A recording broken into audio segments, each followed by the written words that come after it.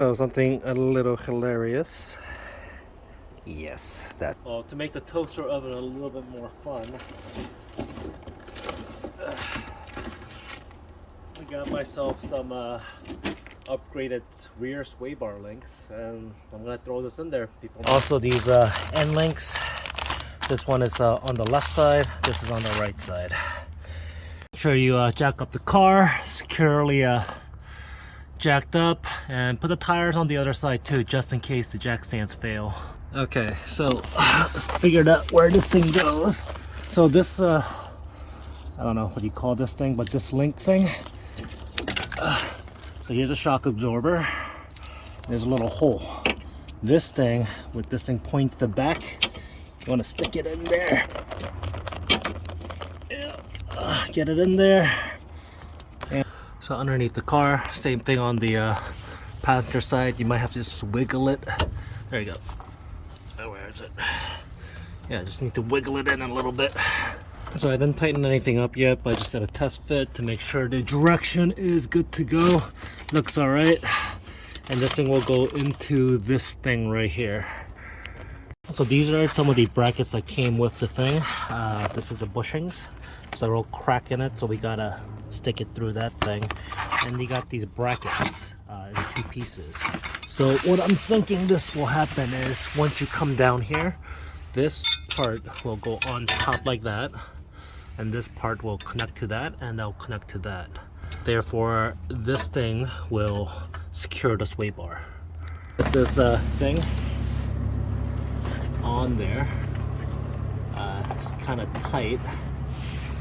Just gotta get that thing in there. Okay, so what I found that works is you stick your finger into like this little hole here, right? This right here, and you guide it up to here, and you just could hand thread it a little bit. That seems to work the best.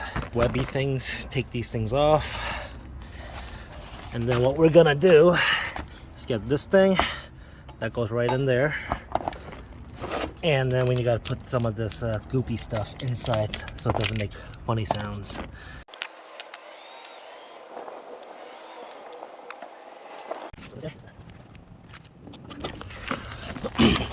So I got the bushings on these things, and then I gotta tighten up that side and also that side. But I'm gonna test fit this first before I tighten it, just so I don't run into issues. So let's do that right now. So it's kind of test fitted, goes right in there. Boom. Jump bungee cord to do this thing.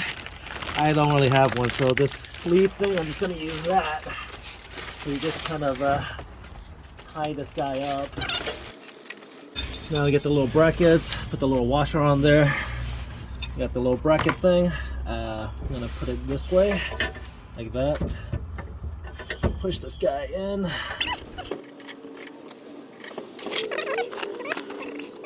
So here, right down here, got everything kind of loosely fitted. And now I'm gonna go finish this nut here, hand tighten it here, and hand tighten on the other side as well. All right, so for these guys right here, you're gonna put the 13mm, and you wanna use a wrench on the other side so it doesn't spin.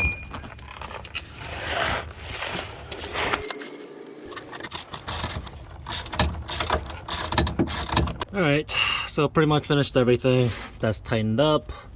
This is tightened up. That's tightened up. So you got the anti-sway bar installed.